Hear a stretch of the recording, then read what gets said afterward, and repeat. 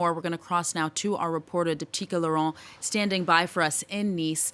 Good morning, Dipti. So today the prosecution will get their chance to address the court. Tell us more about what we can expect to hear.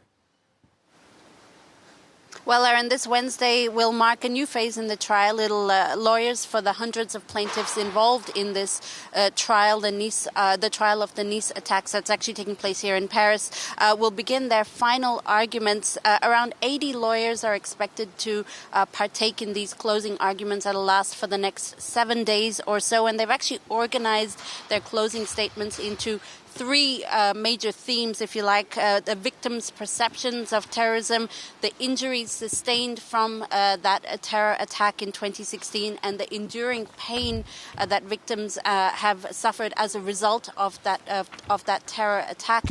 Now, lawyer Samia Maktouf is expected to begin the prosecution's closing arguments this Wednesday morning in court, and she'll be focusing on how these terror cells, in particular, recruited people in Tunisia and from Tunisia. Indeed, one of the 8 defendants on trial here in Paris is actually being tried in absentia. His name is Brahim Tritou. He's actually currently in prison in Tunisia.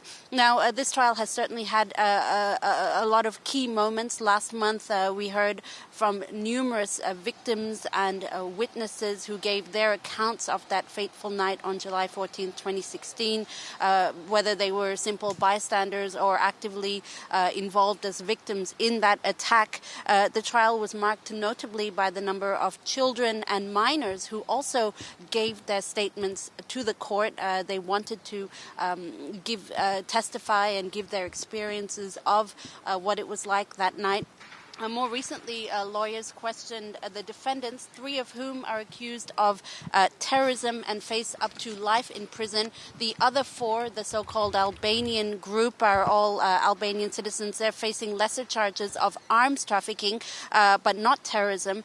They were interrogated last week, and it just wrapped up earlier this week. And their lawyers at least argue that they never met the Nice attacker. However, the prosecution says that without those precious weapons that they provided, the attacks could never have happened. In any case, the defense will get their chance to present their closing statements in early December before a verdict is expected in mid-December, Aaron.